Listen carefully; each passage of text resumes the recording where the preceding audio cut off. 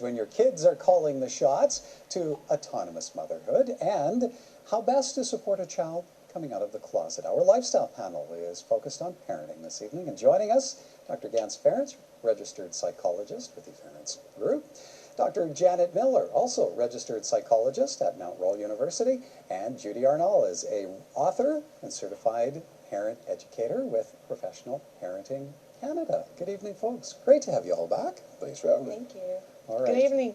Now, the Mounties were dishing out parenting advice in Airdrie recently after an officer noticed a toddler playing in a cardboard box in the back seat of a car they pulled over for speeding.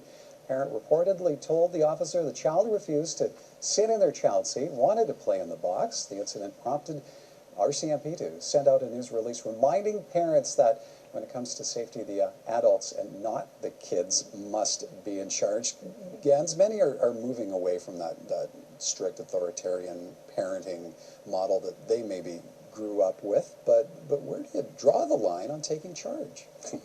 Well, I think we have to take charge. Yes, it's a bit of a reaction from, the harshness and sometimes even abuse that many parents may have grown up with. But I think the pendulum can swing too far in the other direction, because I think it's not just when it comes to safety that parents need to be in charge. Parents need to be in charge because that helps the kids to feel safe, to feel loved, and it also, we have experience that they don't have because they haven't been on earth long enough. So we have to take charge, and we give them space within certain parameters, and as they get older and get more mature, then we can expand the parameters.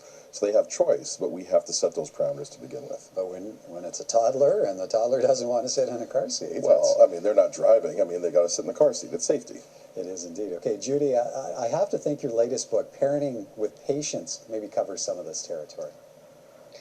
Well, as a parent of 5 kids, I've had times when my kids didn't want to go in their car seat too, and I'm a very permissive parent in that I don't care if they have extra candy bars or whatever, but I am authoritarian when it does come to safety. And parents can be firm and kind, but they have to be in charge in terms of keeping them safe. And personally, I'd rather have a child who's mad at me for a couple minutes than a child who's injured or dead. Yeah, and Janet, some have referred to a situation like this as kids bullying their parents. What do you make of that assessment? The bullying label doesn't fit for me. When I think about bullying behavior, we try to intervene with the bully. We try to help the bully to have empathy for the person to whom they are bullying. The focus is really on developing that compassion in the person who's having that bullying behavior. And the support is for the victim about feeling better about yourself regardless of how the bully's treating you.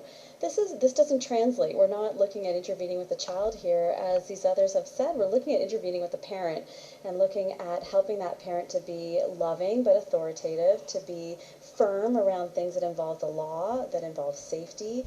This isn't about bullying, I don't think. I think it's about boundaries and finding that voice as a parent, that you're not always going to be liked or appreciated for what we're doing. And short term, it might be really hard, but in the long term, much like these other lovely experts have said, we're going to raise kids who feel better, safer, more responsible, more secure in themselves, even though the road along the way can be tough. Those battles can be hard. And Gans,